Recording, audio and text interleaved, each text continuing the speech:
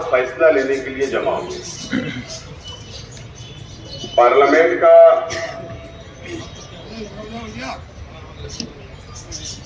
सबसे बड़ा फेस्टिवल, सबसे बड़ा त्योहार जमहूरियत का, हमारे मुल्क का शुरू है। अलग अलग फेज में, अलग अलग टप्पे में पार्लियामेंट के चुनाव चल रहे हैं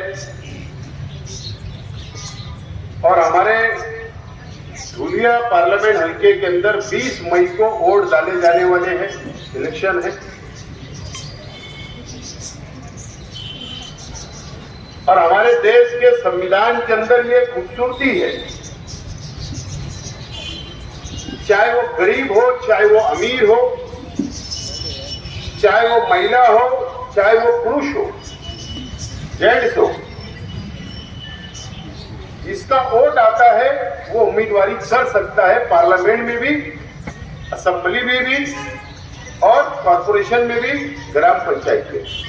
यही खूबसूरती हमारे संविधान की है।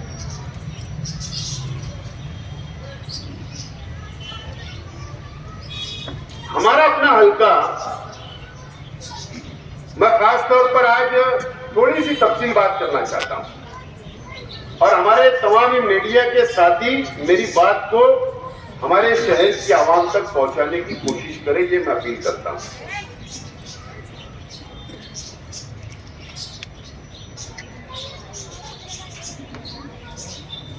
हिंदुस्तान आजाद हुआ,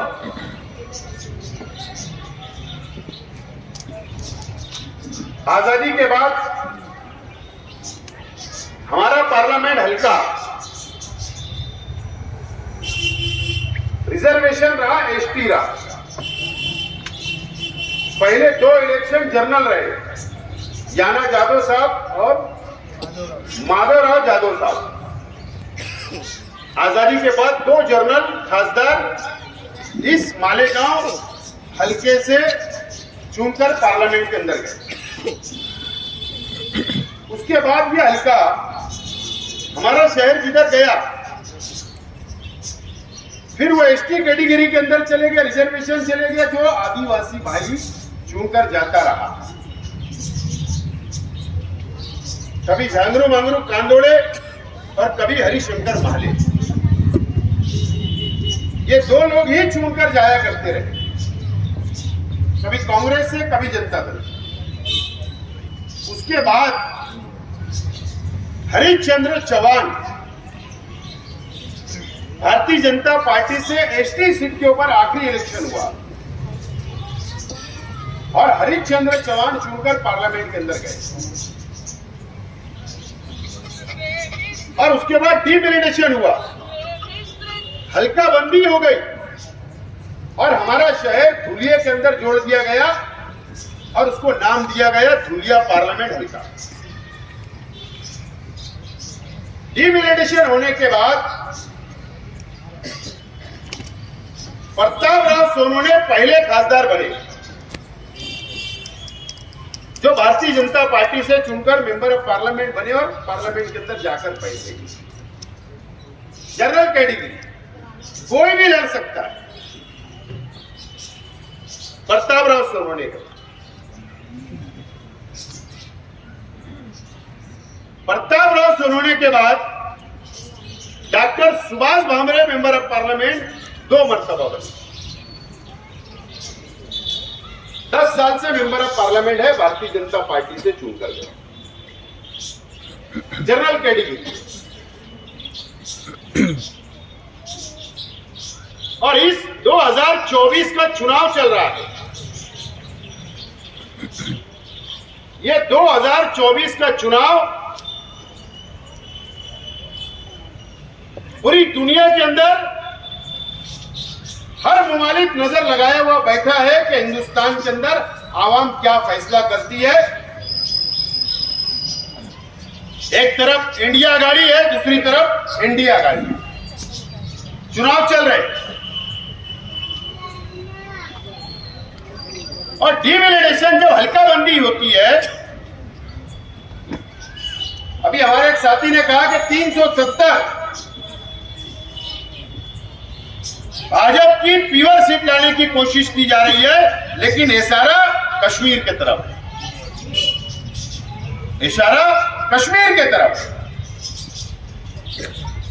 वहां पर 370 कलम थी, वो हटा दी गई, उस तरफ इशारा किया गया। कश्मीर को अलग अलग हिस्सों में भी तकसीम किया गया, रियासत बनाई गई, लद्दाख और जम्मू कश्मीर।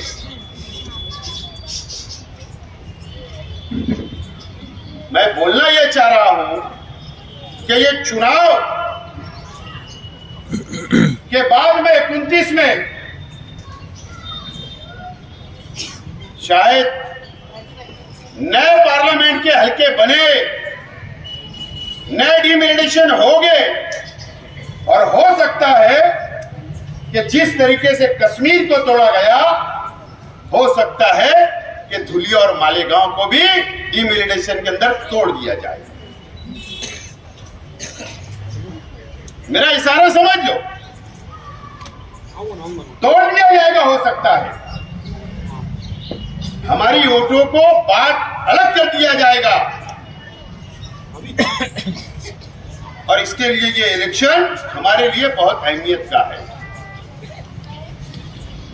अब जाहिर सी बात है,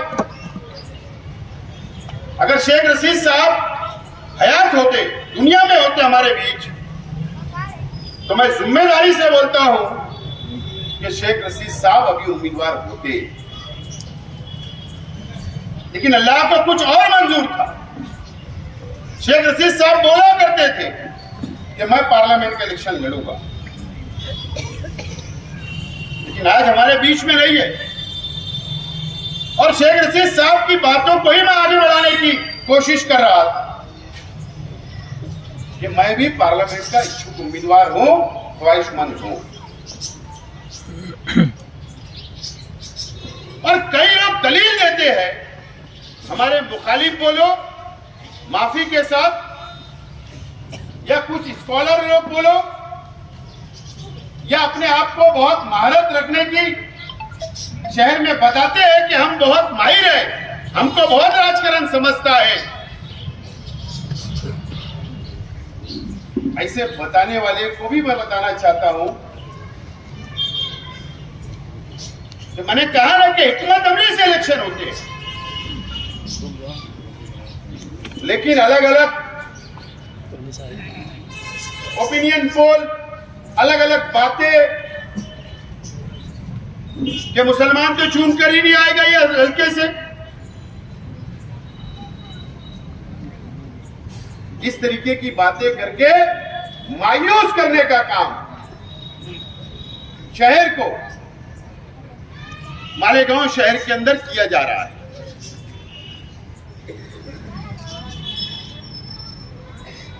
इसके लिए किया जा रहा है, अपने जाति मुफाद के लिए किया जा रहा है, कौम के लिए नहीं, अपने खुद के जाति मुफाद के लिए किया जा रहा है। मैं आज तुमको गणित बता देता हूं, 5.5 लाख पुलिस डिपार्टमेंट से मेरी रिक्वेस्ट है कि ये हमारा पार्टी कार्यालय है, हमको समझता है आचार संहिता, इलेक्शन है, पार्टी कार्यालय के ऊपर कोई परमिशन नहीं लगता। अगर जब हम रोड के ऊपर जलसा वगैरह लेंगे, तो जब ये कोई प्रचार सभा नहीं है, ये प्रचार सभा नहीं है, कोई कैंडिडेट के लिए वोट नहीं मांगी जा रही है, यह हमारे एक पक्ष के कार्यकर्ताओं की बैठक है। इसके लिए पुलिस डिपार्टमेंट से विनती हाथ जोड़कर कि कायदा हमको ना समझाए, आप लोग वापस जाए।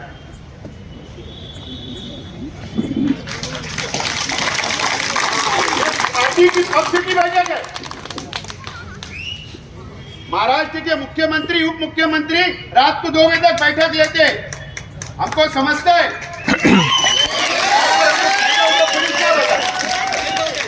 और अभी मैंने कोई नॉमिनेशन नहीं किया जो मेरे पे आचार संहिता भंग हो। दोस्तों और साथियों,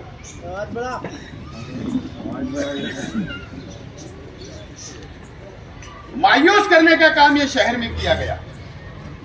5.5 लाख वोट है मालेगांव शहर के अंदर, धुलिया हल्के के अंदर 5.5 लाख तकरीबन मुस्लिम समाज की वोट है। टोटल वोट 20 लाख, उसमें से 5.5 लाख, यानी हमारा अगर परसेंटेज आप निकालेंगे तो 25% इस हल्के के अंदर हमारे अपने समाज की, मुस्लिम समाज की वोट।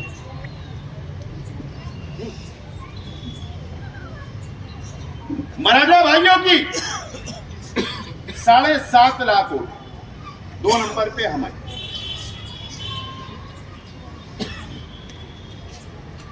हमारे ओबीसी भाई जो है, चाहे वो माली समाज हो, चाहे वानी समाज हो, अलग अलग जो ओबीसी समाज में आते हिंदू भाई, उनकी तकरीबन 2 से 2.5 लाख के बीच में वोट। आदिवासी समाज, उनकी भी वोट तकरीबन 2-2.5 लाख वोट है। फिर दलित समाज तकरीबन 1.5 से 2.25 लाख वोट है। उसके बाद छोटे छोटे कास्ट मिलाकर ऐसे कुल वोट 20 लाख है इस हल्के के अंदर। और अगर उम्मीदवारी की ख्वाहिश अगर मैंने जाहिर किया तो हवा में नहीं, और सिर्फ मुस्लिम वोट के भरोसे नहीं, बल्कि सिर्फ शेख रशीद साहब की वजह से, शेख रशीद साहब ने जो अपने सियासी कैरियर बनाया, जो हर समाज, हर धर्म को शेख रशीद साहब लेकर चले, उस वजह से मैंने कहा कि हमारे परिवार से अगर मैं उम्मीदवार रहूंगा तो हिंदू भाई भी वोट देने के लिए बिल्कुल एक पैर पर तैयार है। तो उन्होंने आप एकदम साफ तौर पर कहा कि बोले हम कोई भी पार्टी में रहेंगे, लेकिन अगर आप खड़े रहेंगे तो हम आपके साथ खड़े रहेंगे। और इसी तरीके से दलित भाइयों ने भी कहा और हर समाज के लोगों ने, हिंदू भाइयों ने कहा कि आप लड़िए। और नहीं तो मुझे बताइए आपके कौन ऐसा उम्मीदवार है जो चुनकर आ सकता है। और आप ये तो सोचिए कि 19 के अंदर जो असेंबली का चुनाव हुआ, अगर एक प्लेटफार्मों पर सब आ जाते, तमाम ही सियासी पार्टी के लोग, तमाम ही हमारी दीनी तंजीमें, समाजी तंजीमें अगर एक प्लेटफार्मों पर आ जाते तो आपने देखा कि असेंबली के अंदर मैं उम्मीदवार था, हमारे मध्य मुकाबले मुफ्ती इस्माइल साहब थे, इनकी अगर टोटल वोट जो पड़ी थी वो 2,10,000 पड़ी। कितनी पड़ी थी? 2,10,000। सिर्फ और सेंट्रल असेंबली हल्का धुलिया के अंदर फारूक शाह जो आमदार है, उनको कितनी वोट पड़ी? 50,000 के लगभग पड़ी। कितनी? 50,000। 2,60,70,000 हो गई। और अलग अलग जो उम्मीदवार थे धुलिया के अंदर, जो हिंदू भाई जो उम्मीदवार थे, उन्होंने मुसलमान वोट लिया। कुछ अलग अलग वोट जो फटी, ये मिलाएंगे तो असेंबली के अंदर, इस पार्लियामेंट हल्के के अंदर मैं जिम्मेदारी से बोलता हूं कि 3 लाख 3.25 लाख वोट मुसलमानों ने दिया था। वो अलग अलग पार्टियों को दिया होगा, लेकिन वोट गिरी।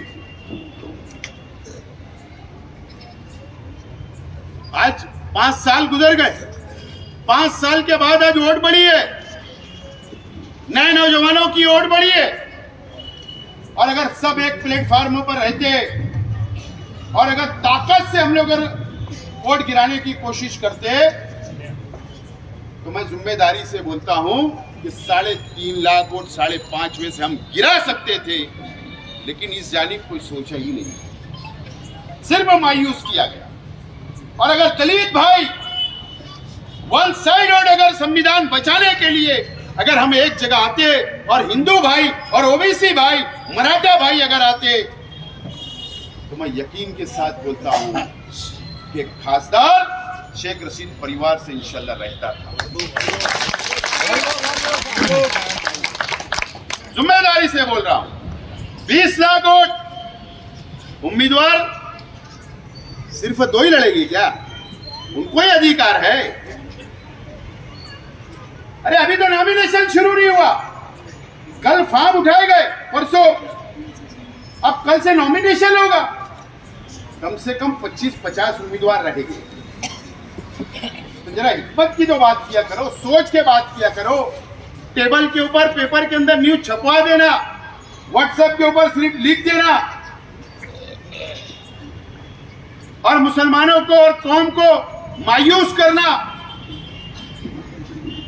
सिर्फ अपने जाति मुफाद के लिए।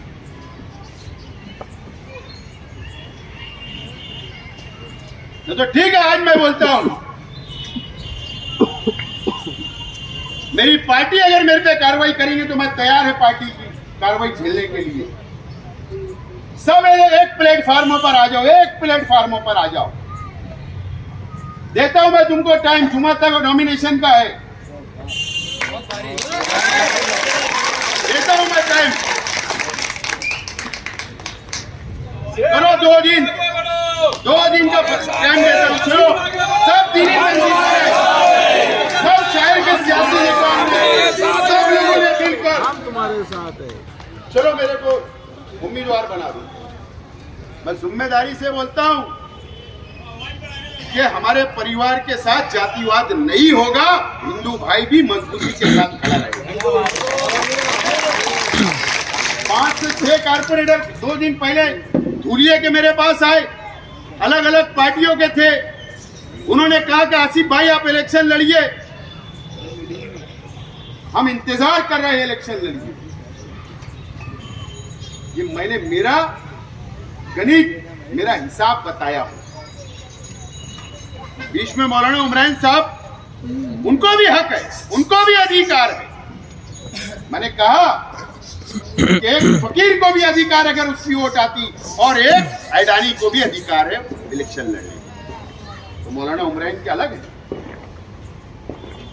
अगर उन्होंने ख्वाहिश जाहिर की, मीडिया में उन्होंने कहा, अगर कुछ लोगों ने उनको मशवरा दिया और अगर हमने कहा कि अगर आजाद उम्मीदवार मौलाना उमरान साहब रहेंगे तो हम बिल्कुल आपके सपोर्ट करने के लिए तैयार है, पार्टी 2 नंबर पे पहले आप। क्या गलत कहा? मैं गया उनसे मिलने के लिए,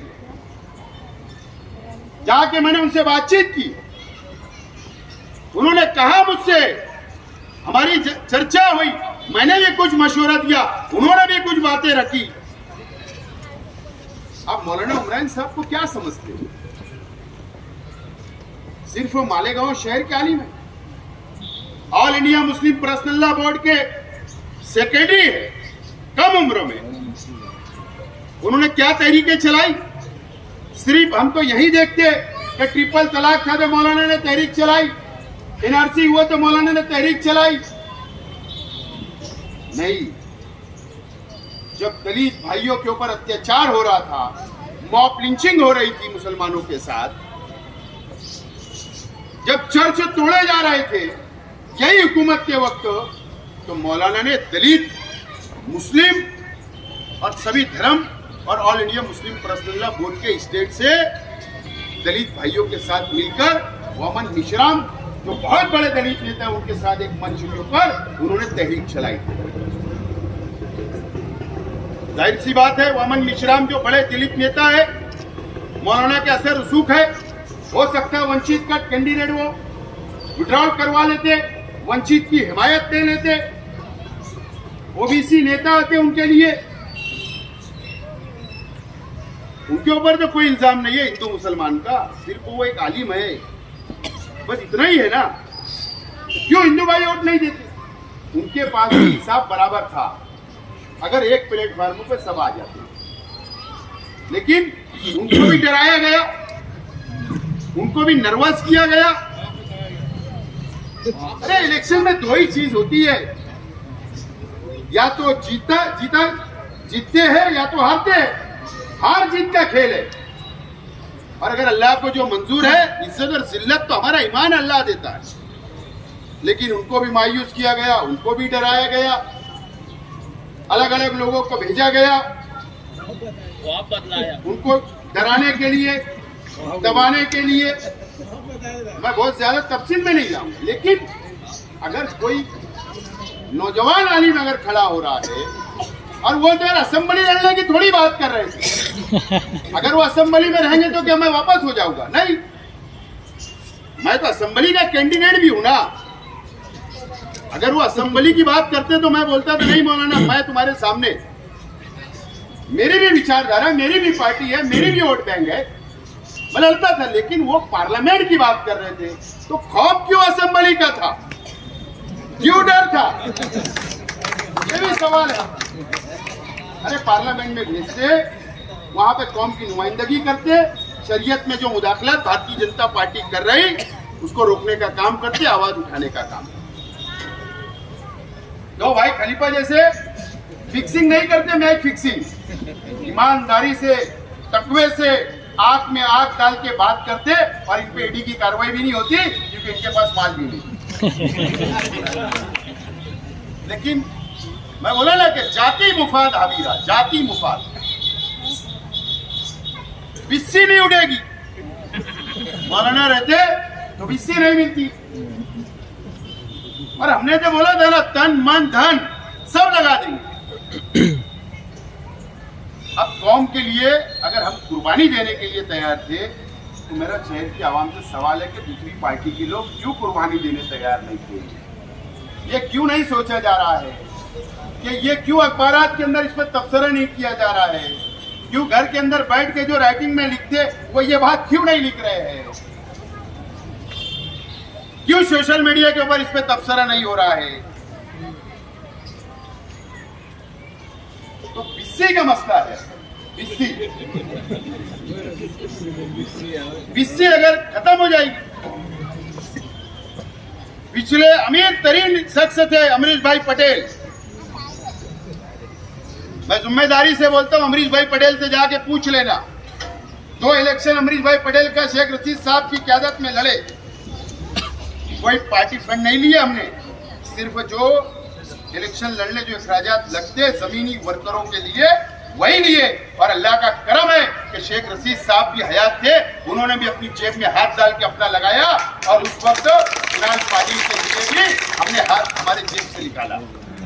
अल्लाह का करम, कोई बोल नहीं सकता कि हमने पार्टी फंड। इसलिए एकदम रुबाब से बात करते, झुक के बात नहीं करते।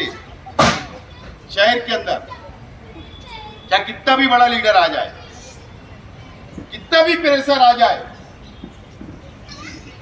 इसके लिए ये साफ सुथरे हैं।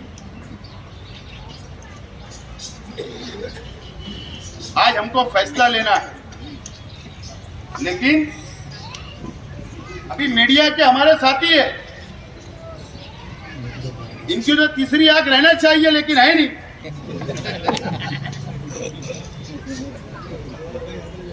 माफ से मजाक से बोल रहा हूं। कुछ तो भी खिचड़ी शहर में पक रही है। क्या बोल रहा हूं मैं? कुछ तो भी शहर में खिचड़ी पक रही है।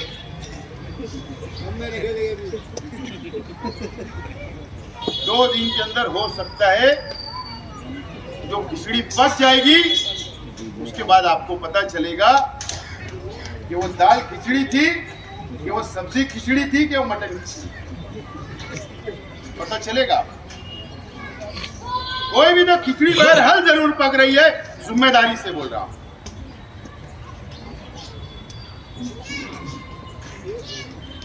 लेकिन हमारा ठीक है, ये सियासी शहर के अंदर मुझे जो तबसरा करना था, जो बात बोलनी थी, मैं तफसील बोल रहा हूं, गणित बता रहा हूं।